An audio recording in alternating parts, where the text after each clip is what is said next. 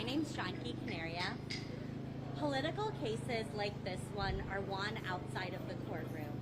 We could not have received the verdict today without the organizing and advocacy efforts of the Atlanta community. The way they have showed up to support the 61 defendants and the way that they have rallied in opposition of cop cities, not just in Atlanta, but internationally, is truly inspiring. As an attorney and a loved one of one of the 61 defendants, we won't stand by and watch the state criminalize mutual aid, community care, and political beliefs until freedom.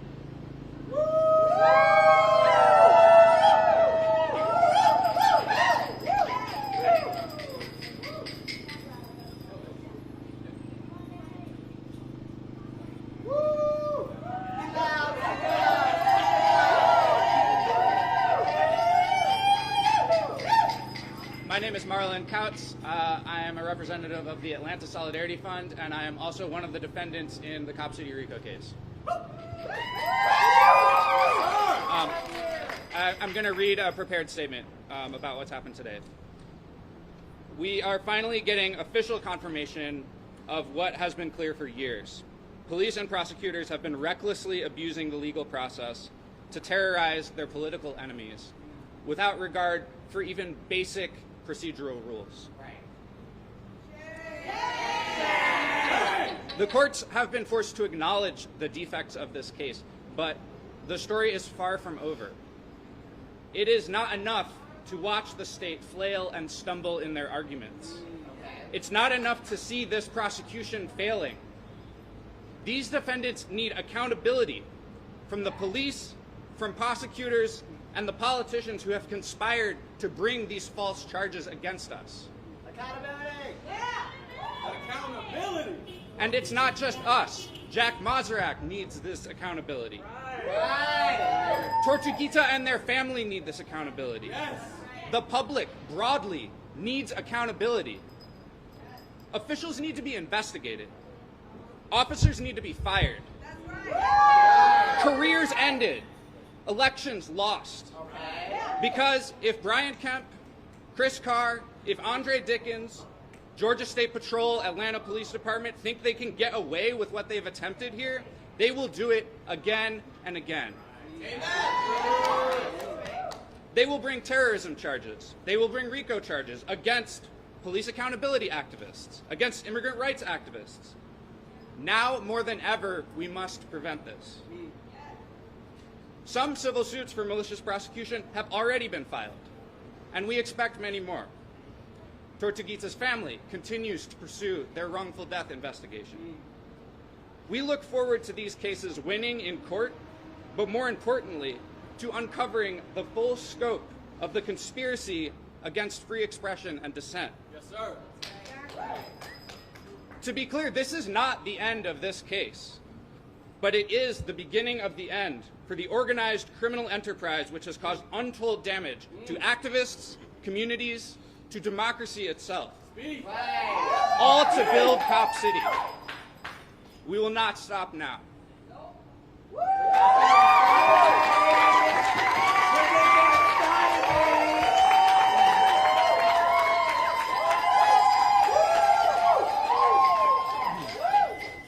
Hello, my name is Brad Thompson. That's Thomson. I'm an attorney at People's Law Office in Chicago, and I represent Serena Hurdle, one of the 61 people who had been charged under this indictment for RICO. This indictment is fatally flawed from its beginning, from its inception. We now have an order from a court that has said that this indictment was fatally flawed from its inception. But more than that, this indictment is not just flawed on a purely legal technical standard. That's the ruling we got from this judge. But what we've heard all week long is arguments about the numerous issues with this indictment. And the important thing to note is that this indictment is a political assault on a legitimate social movement. This was an attack brought by the Attorney General's office against a legitimate social movement and people based on their association, their belief, and their protest. That is a violation of the First Amendment. Now, the arguments that have been heard all week, the judge has indicated that at least one of those, the defense was right, that the Attorney General lacked the prosecutorial authority to even bring this indictment. What the judge said was that it could have very simply, the Attorney General's office very simply could have brought this indictment and followed the steps, checked the boxes. That's what he said. You didn't check that box. And that was to get permission, written permission from the governor to be able to bring the indictment. Basically, the Attorney General failed to get a permission slip from the principal. Could have gone through that step and didn't do it. So we now know that the charges, all RICO charges, against the 61 defendants are invalid.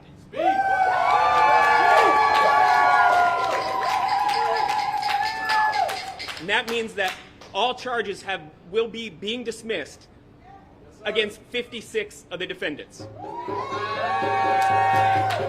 There are 5 more defendants that are facing domestic terrorism charges, and those charges are under review as well. We just heard argument this morning identifying the flaws with the very statute there. So that's a question as to whether even this domestic terrorism statute itself is lawful, whether that's constitutional. So what we have is a statute itself that potentially violates the Constitution. We have an Attorney General's office bringing an indictment that it couldn't lawfully bring based on that statute. And that statute, while it's specific to one of those counts, it's also intertwined with the RICO count. It is the basis of their RICO count. It is necessary for that RICO count that has now been dismissed. And it's important to note that this is a significant victory. Not just for the 61 defendants here, not just for my client, not for all the other individuals, but for everybody. This is an important political legal victory because this tells the state you can't go and attack a legitimate social movement. You can't use the law to criminalize protected speech, to criminalize a broad-based popular social movement. And it's also important to note, as a reminder, that this Attorney General's office is not just the entity that brought this. This is an elected office, an elected official, Chris Carr, who publicly said he supported Cop City. So this is a prosecutor, a prosecuting entity, an elected official using the law and using it incorrectly and unlawfully. A judge has now made a finding that this Attorney General did not even have the legal authority to bring this indictment and to bring it against a legitimate social movement that that prosecutor disagrees with. So it now is time for accountability, and it's time to fight this type of state repression everywhere it rears its ugly head. Thank you.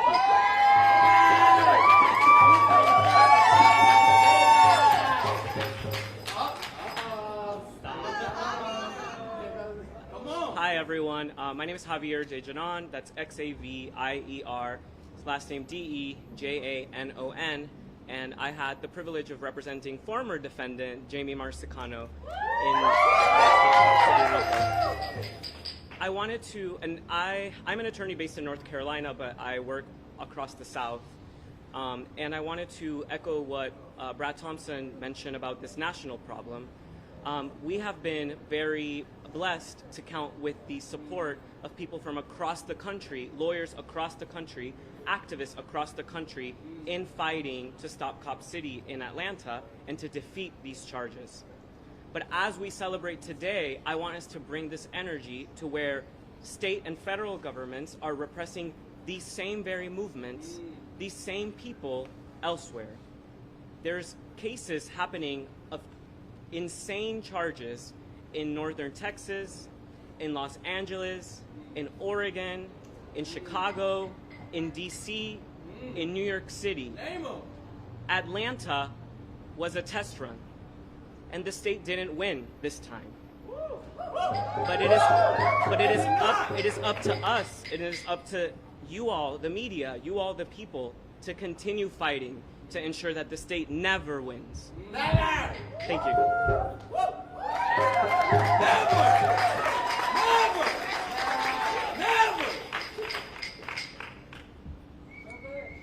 My name is Brent Lyman, and I'm speaking on behalf of Fire Amp Movement Defense.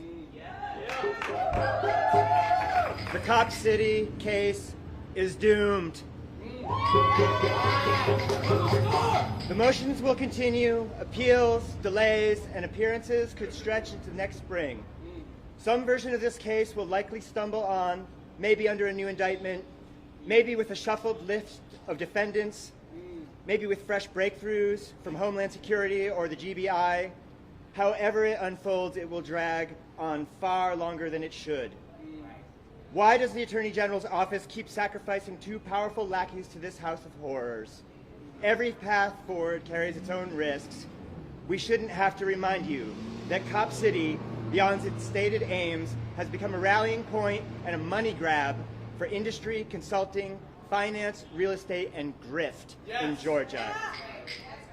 We shouldn't have to remind you that the Atlanta Police Foundation, the so-called Community Stakeholders Advisory Committee, local law enforcement, and corporate interests colluded. They created encrypted chats, they held secret meetings closed to observers. They coordinated against the residents of the city. They circulated protest photos from far-right sources. They joked about the sexuality and gender of those they arrested. We shouldn't have to remind you that $110 million they raised only covers phase one. That future funding remains uncertain. That hardly matters because the chief beneficiaries will have already cashed out, moved up, and moved on. We shouldn't have to remind you that the largest media outlets in the country are owned by donors to the Police Foundation. The Police Foundation receives funding from top contractors, and those contractors donate heavily to the governor's campaign. That governor controls the mayor's finances, and that mayor meets with wealthy elites at the Rotary Club. This web of interests forms a near-perfect circle of plunder. And on behalf of this circle, police assemble. They assemble to do what they exist to do: repress, contain, and crush anything that challenges the status quo, the law and order that governs our society. This is why John Fowler and Haley Dixon have endured this long, and why they may continue to endure. This is why they've been called month after month to pursue the most convoluted case in Georgia's history, the Cop City RICO. The prosecution serves a political function for the interests outlined above. Without the case, without the spectacle, without the house arrests and surveillance, the raids and the tear gas, the rounds up and the killing of Tortuguita, the scam might have collapsed. The people, hundreds of thousands across Atlanta and millions more across the country, might have defeated the project and the machine behind it. They were right to oppose it. We were right. And who can doubt it now? The horrors we predicted have come to pass. Federal agents now stalk communities from coast to coast, masked and unnamed, snatching people from buses, farms, kitchens, and churches. We can argue now that we were wrong to resist. Who can argue now that we were wrong to resist the endless expansion of police power? Now that Trump commands them, now that they are his police, the very people who helped lay the groundwork now scramble to distance themselves from his orders, his camps, his federal troop deployments, but they built the logistics. They funded the training centers, they expanded the surveillance. Liberal governments like Atlanta's helped pave the way for the descent of our country into autocracy.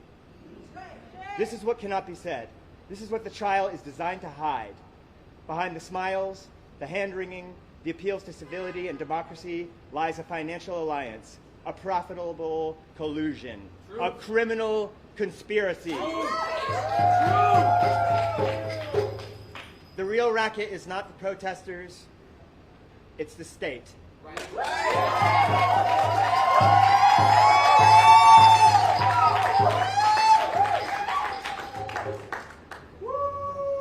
Yes.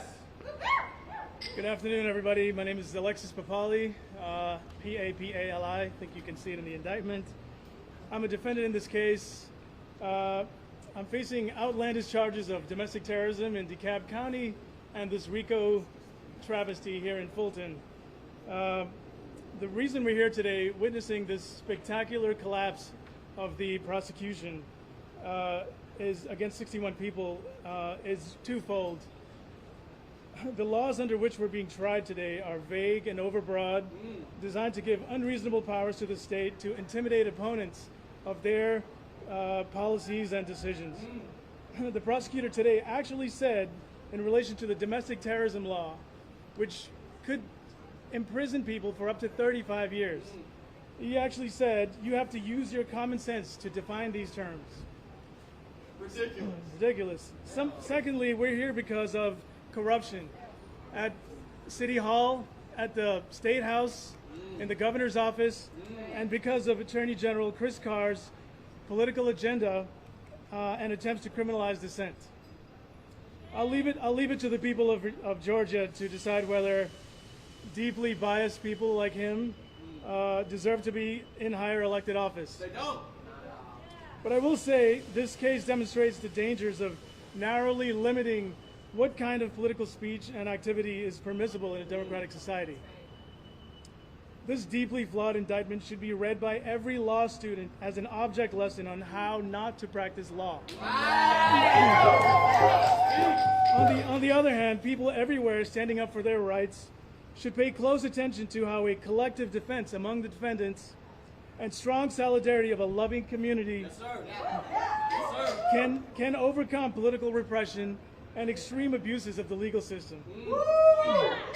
Lastly, I want to say that while we had to deal with jail, the tarnishing of our reputations, legal costs, loss of jobs and housing, etc., we are privileged to have a strong support base. Yes, sir. In DeKalb County Jail, I met many people who had no legal support, no funds even for pen and paper from the commissary, or even any idea of why they were in jail or how long they would be there. Mass incarceration in horrific conditions is the real crime in our society, punishing millions of people simply for being poor or people of color.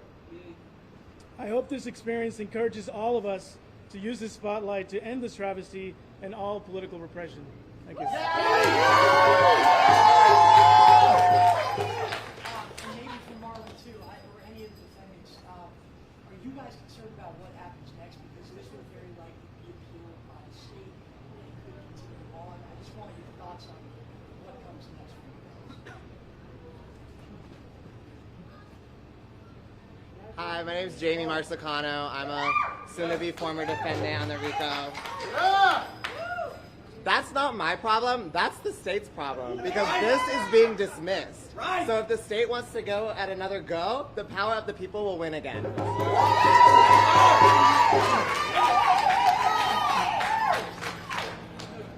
did a lot to try to stop this project from happening. The referendum didn't work, protesting didn't work. By and large, obviously, is open now. Do you guys feel like a lot of what you did was for others? I would say that it wasn't unsuccessful at all. We have galvanized an entire city and many supporters nationally, even internationally, to understand the dangers of this kind of project and this kind of repression. Yes, sir. There's a lot that can be learned from this, and this fight is not over. You know, we're not going anywhere. This movement is here to stay, and it's only strengthened by all of the forces that are implicated by this prosecution. The black community, working class people all over the city, they don't want this waste of their hard-earned taxpayer dollars. You know, legal scholars from around the country are just up in arms about this prosecution. So there's a lot of support being galvanized to oppose how this project plays out. Anybody else want to weigh in here? Can I ask you another question right quick? Sir? Okay. Okay. I want to say something. My name is Lisa Baker. I am one of the plaintiffs in the lawsuit regarding the referendum. Me and some of my neighbors sued the city for our right to collect signatures for the referendum to enable a vote about that land.